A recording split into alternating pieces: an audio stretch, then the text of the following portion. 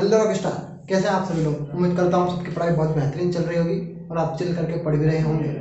तो रखो दिल में हौसला, बस कुछ दिनों की बात है, फिर 4 दिन की चांदनी और वही अंधारी रात है। तो कुछ दिन हौसला बनाए रखिए, वक्त बहुत कम है आपके पास और मंजिल आपकी बहुत दूर है। तो इसी मंजिल को मैं आपको थोड़ा सा अपना पिछला टॉपिक रिवाइज करवा दूँ। तो पिछला टॉपिक रिवाइज करवाऊँ उससे पहले मैं आपको बताऊँ एक चीज़ कि एमपी बोर्ड में आपको क्या होगा। जब आप कुछ जो लिखें, थोड़ा कंटेंट खुद के हाथ से बनाना सीखिए।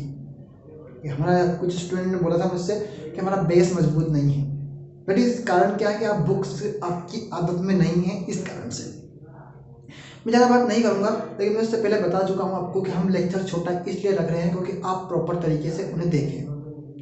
इसलिए रख रहे हैं, आप क्लास को ज़्यादा इकट्ठा मत कीजिए। आप ये कोशिश मत कीजिए कि मैं एक दिन में 3 क्लास ले लूँ। आप कोशिश कीजिए मैं एक दिन में एक ही क्लास लूँ। इसीलिए हम हर दिन एक वीडियो अपलोड कर रहे हैं और इसी कारण से कर रहे हैं कि आप उन्हें रोज़ देखें। ये नहीं कि बस कल देख लेंगे, अब थोड़ा देख लिया, अब कल देख लेंगे। इससे आपको बहुत ज़्यादा बैकलॉग हो जाएगा और आप नहीं पढ़ पाएंगे।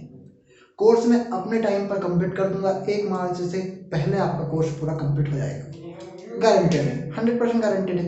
आप बोलेंगे 25 मिनट में आप कौन सा ऐसा पढ़ा देंगे जिसमें क्वेश्चन उठे। ये अपनी गारंटी है दोस्त।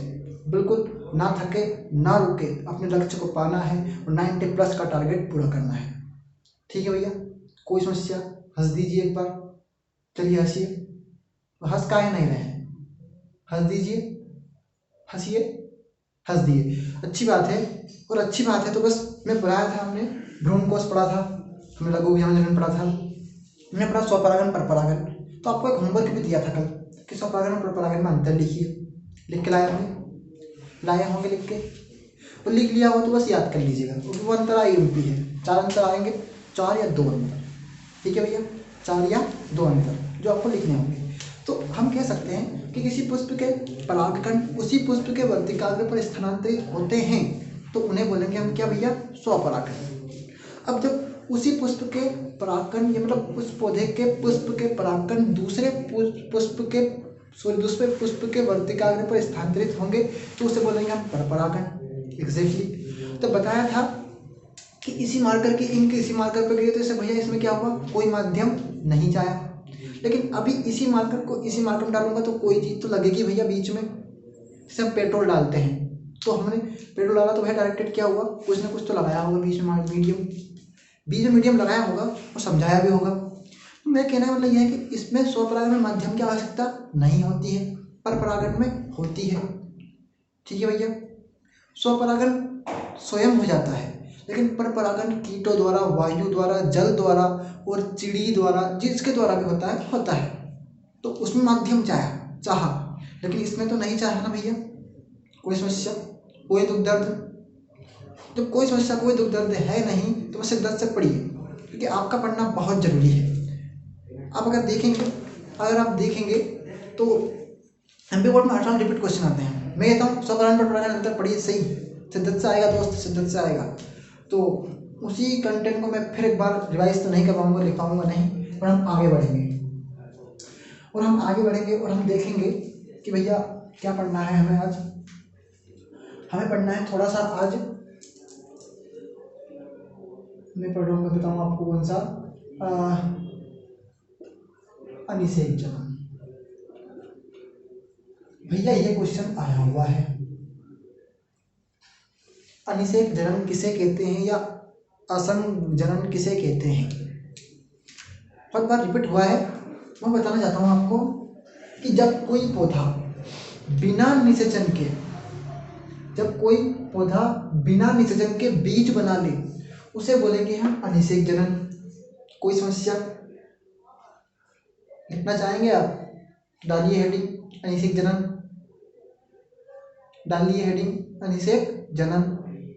मैं लिखवा रहा हूँ, जब कोई पौधा बिना निषेचन के बीज में परिवर्तित हो जाता है, मतलब कोई उसका जो बीजांड रहेगा, मतलब जो भी है अंडा से रहेगा, जो भी है वो डायरेक्ट काय में परिवर्तित होगा।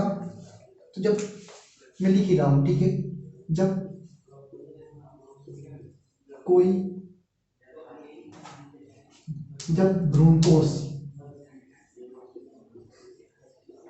भ्रूणकोश या बीजांड क्योंकि अभी तक तो हम क्या ला रहे थे भैया, परागकण ला रहे थे।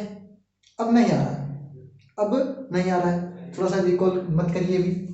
जब कोई भ्रूणकोश या बीजांड बिना, राइटिंग थोड़ी सी खराब है लेकिन एडजस्टमेंट अच्छा रहेगा, बिना निषेचन के भैया काय में, बीज में। कल ही बताया था कि बीजांड से बीज बनता है, अंडाशय से फल बनता है। थोड़ा सा भी अगर याद किया होगा और देखा होगा तो भैया उसमें बिल्कुल एग्जैक्टली बताया था, किसी चित्र के नीचे ही बीज बनाता है। उसे क्या कहते हैं भैया, बड़े बड़े अक्षरों में लिख रहे हैं, उसे कहते हैं भैया अनिषेक जनन। अनिषेक जनन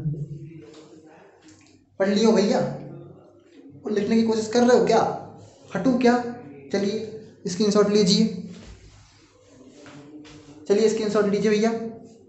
ले लिया भैया स्क्रीनशॉट, और स्क्रीनशॉट ले लिया होगा बस, तो फिर क्या ही रहने हैं आपके। अब मैं बोलूँ भैया आपसे कि अनिषेक जनन तो हो गया सर, हाँ अनिषेक फलन भी बता दीजिए, एनसीईआरटी में तो ये भी है। बिल्कुल मैं बताऊंगा। तो मैं अनिषेक फलन की अगर परिभाषा लिखूं भैया, तो ये अनिषेक फलन लिख दिया। अनिषेक फलन, फलन मतलब होता है फल, ठीक है भैया, फलन मतलब होता है फल। तो अब जनन मतलब होता है बीज, ये चीज याद रखिएगा। जनन मतलब होता है बीज बनना, फलन मतलब होता है फल बनना, ठीक है। तो भैया फिर वही बात करूंगा, जब कोई पौधा, जब कोई भ्रूणकोश, भ्रूणकोश या अंडाशय,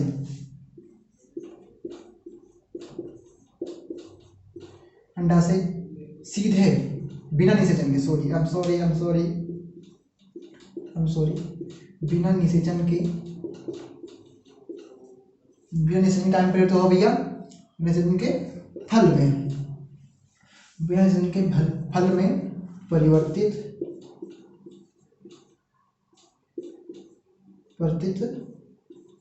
हो जाता है, ठीक है। इसे बोलते हैं हम क्या भैया, अनिषेक जनन कहते हैं। मैं लिख ही दूं भैया, वो आप कहेंगे कि उधर बेईमानी कर लिया आपने, तो अनिषेक फलन। दोस्त चाहूं तो ऐसा बोर्ड भी है मेरे पास कि जिसे मैं सामने रख के बिना खड़ा हुए बता सकता हूँ, उसमें मुझे लिखना ही रहेगा बस, और कैमरा आगे रख के। लेकिन मैं खड़ा इसलिए हूँ कि मुझे उम्मीद है कि आप लिख रहे हैं, और लिखवा इसलिए रहा हूँ कि खुद का नोट ज़्यादा याद होता है बनने से, दूसरों की अपेक्षा करने से। अभी तो कुछ स्टूडेंट फेयर कॉपियाँ बना रहे हैं, प्रोजेक्ट बना रहे हैं, प्रैक्टिकल्स बना रहे हैं। मैं कहता हूँ दोस्त कुछ ना काम आएगा तेरी जिंदगी में, सबसे बड़ा है रुपया। तो मैं ये कह रहा हूँ कि अभी थोड़ा सा उन पे फोकस करिए, आप उनको भी अगर स्टडी में लेंगे तो भैया कैसे काम चलेगा पढ़ाई में आपका। तो मैं कह रहा हूँ कि अनिषेक फलन में क्या होगा, जब कोई भ्रूणकोश या अंडाशय बिना निषेचन के फल में परिवर्तित हो जाता है उसे अनिषेक फलन कहते हैं। और इसी पर एक बेस्ड क्वेश्चन आता है आपके उसमें कि सेब को आभासी फल क्यों कहते हैं। बिल्कुल सही बात है। तो आप एक चीज सुन लीजिए, मैं इसे बता दूं पहले तो, स्क्रीनशॉट ले लीजिए भैया, स्क्रीनशॉट ले लीजिए, ले लीजिए स्क्रीनशॉट, ले लिया होगा स्क्रीनशॉट आपने, मिटा दो भैया, ठीक है।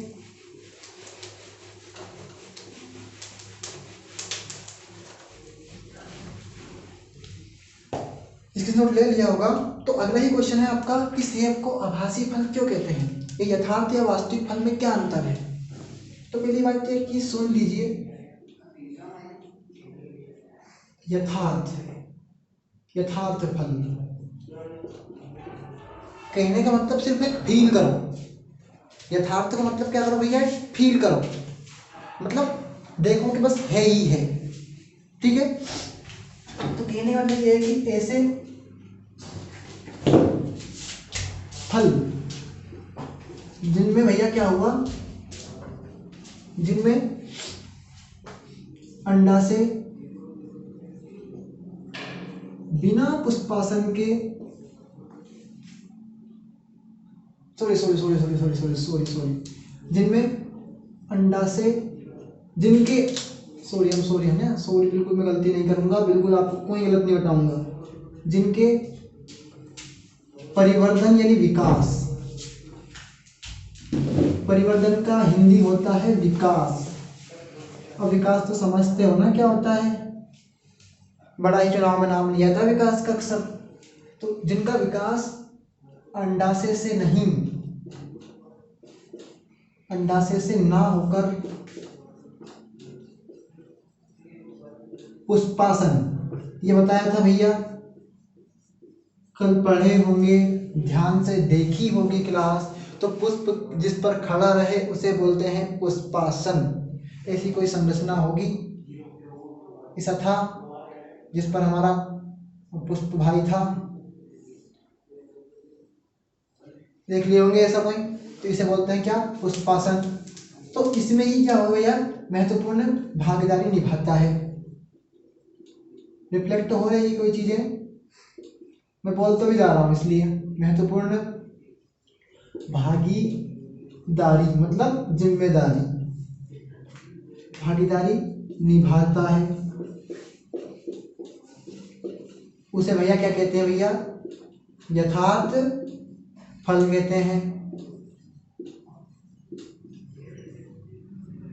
यथार्थ फल कहते हैं। ठीक है भैया, लिख लीजिए, इतना इतना लिखिए। और इसके ही मतलब जस्ट बाद आएगा भैया एक और क्वेश्चन आपको इसमें पूछा गया है, तो मैं तो ये कहता हूँ आप एक्स्ट्रा लिख कर आइए। आपसे पूछे यथार्थ फल, तो आप उसके साथ वास्तविक फल भी बता के आइए भैया वास्तविक फल क्या होता है। तो अब थोड़ा अंतर आपको दिख ही गया होगा। क्या अंतर दिख गया होगा कि जिनके परिवर्तन में अंडाशय महत्वपूर्ण भागीदारी निभाता है उन्हें बोलेंगे भैया कि हम वास्तविक फल, एक्चुअल फ्रूट।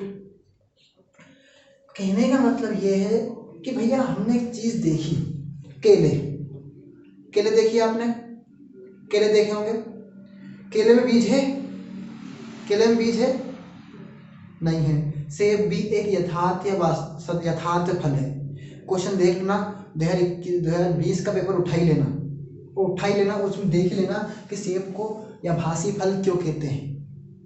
तो सेब में क्या होता है कि उसमें पुष्पासन महत्वपूर्ण भागीदारी निभाता है, इसलिए सेब को हम यथार्थ या आभासी फल कहते हैं। जबकि वास्तविक फल जो है जिसमें बीज आए, प्रॉपर बीज आए, अब आप तो कहेंगे सेब में बीज आते हैं सर, ऐसा आप क्यों बोल रहे हैं। तो देखना सेब में मात्र एक ही बीज आता है, ना कि 4-5 बीज, या फिर पूरी सेब में तो बीज होंगे नहीं, पढ़ लिए होंगे इतना कहीं। तो मैं कह रहा हूँ कि इसमें क्या होगा भैया, थोड़ी सी हेडिंग आप अपने हिसाब से बढ़ा लेना। अब आप अपने हिंदी बोर्ड के स्टूडेंट हैं, आपको तो आदत होगी हिंदी बढ़ाने की। तो उसमें क्या होगा, ऐसे फल जिनमें अंडाशय महत्वपूर्ण भागीदारी निभाए उसे बोलेंगे हम वास्तविक फल। अंडाशय महत्वपूर्ण, राइटिंग अच्छी लिख रहा हूँ इसीलिए कि मुझे कल लगा था कि थोड़ा सा मिस्टेक हो रही है कहीं ना कहीं। भागीदारी निभाता है तो उसे क्या बोलेंगे भैया हम, वास्तविक फल, वास्तविक फल कहते हैं। चलिए, लेसन भी कंप्लीट होता है, और लेसन भी कंप्लीट होता है तो यथार्थ फल और वास्तविक, यथार्थ फल के एग्जाम्पल आपको बता दूं मैं, सेब है, सेब के बाद आएगा भैया कौन, केला, दोनों याद कर लेना। वास्तविक फल में भैया आएगा कौन, नींबू, कोई भी आप, संतरा, नींबू, संतरा, जो भी लेना है आपको, ठीक है। तो आपका लेसन कंप्लीट होता है यहीं। आपका लेसन कंप्लीट होता है तो मैं आपको एक चीज़ बता दूं कि आपके इसमें से ऑब्जेक्टिव कौन कौन से आते हैं, लेकिन थोड़ा टाइम देख लेते हैं क्योंकि आपको टाइम ज़्यादा होना नहीं चाहिए। उम्मीद है कितने मिनट का, 15 मिनट का। वो उम्मीद है कि आपका वीडियो लेक्चर छोटा रहे, लेकिन 5 मिनट में फिर भी आपका लेना चाहूँगा और 5 मिनट बताना चाहूँगा आपको कि कौन कौन से आपको आ सकते हैं। तो यार देखिए, परागकणों का भंडारण -196 डिग्री सेल्सियस पर किया जाता है। -196 डिग्री सेल्सियस पर उनका भंडारण किया जाता है परागकणों का। परागकणों की उम्र बहुत छोटी होती है, ठीक है। उनका अवधिकाल 24 से 48 घंटे होता है लगभग। अब जो चीज़ें ये हुई कि भैया हमने बोला कि जल परागन का उदाहरण है तो वेली सोनेरिया। ठीक है, ठीक है, कोई दिक्कत? वेली सोनेरिया हो गया। और अब अगर आपसे पूछे परागन कितने प्रकार के होते हैं, परागन 4 प्रकार के होते हैं। ये बताया है मैंने, डिटेल बताया। तो मैं कहता हूँ आपसे कि पेपर इनसे बाहर नहीं जाएगा। मुश्किल से 4 से 5 ही क्वेश्चन करवाए होंगे दोस्त। अगर आप किसी भी कोचिंग का इंस्टीट्यूट का नोट्स उठाकर देखिए, कम से कम पूरा भर्रा का भर्रा है, सारा ही पढ़ने का बोल रहे हैं। मैं आपसे कहता हूँ आप इतना तो पढ़िए, शिद्दत से पढ़िए, गारंटेड है भैया, कोई बाहर नहीं जाएगा। पेपर अभी जो हो रहे हैं अर्धवार्षिक के सरकारी स्कूलों में, मैं अपनी बड़ाई नहीं कर रहा हूँ, लेकिन मैं कह रहा हूँ कि एक क्वेश्चन बाहर नहीं गया है आज। एक क्वेश्चन बाहर चला जाए तो मेरी गारंटी है, मतलब एक क्वेश्चन बाहर नहीं गया और वो वाले ये बोल रहे हैं कि सर आपको इतना एक्सपीरियंस है। तो मैं कहता हूँ कोई एक्सपीरियंस नहीं है। पेपर सॉल्विंग कीजिए, जितना पढ़ाया उतना पढ़िए, याद कीजिए, रिवाइज कीजिए। That is a very inclusive और परफेक्टेबल टेंस। हम कहना चाहते हैं, वी वांट टू से यू बस प्रैक्टिस इज हार्ड। क्योंकि 4 दीवारों की चांदनी में वही अंधारी रात आएगी दोस्त, फिर नया सूरज आएगा और तू जग में खिल उठेगा। तो मैं कह रहा हूँ इतना पढ़ लीजिए। 2 ऑप्शंस आए हैं, 2 ऑप्शन बता दिए हैं कि जल परागन वेली सोनेरिया में होता है, कीटो परागकणों का भंडारण कायम होता है -196 डिग्री सेल्सियस पर होता है। बस इत्मीनान से सुन लीजिए, ना लिखने की आवश्यकता नहीं है। हर चीज़ को लिखने की आवश्यकता बिल्कुल नहीं होती है। ठीक है, तो मैं कहता हूँ ऑल द वेरी बेस्ट। पढ़ते रहिए, मुस्कुराते रहिए। हम कल से ह्यूमन रिप्रोडक्शन पढ़ेंगे शिद्दत से। Okay, take care.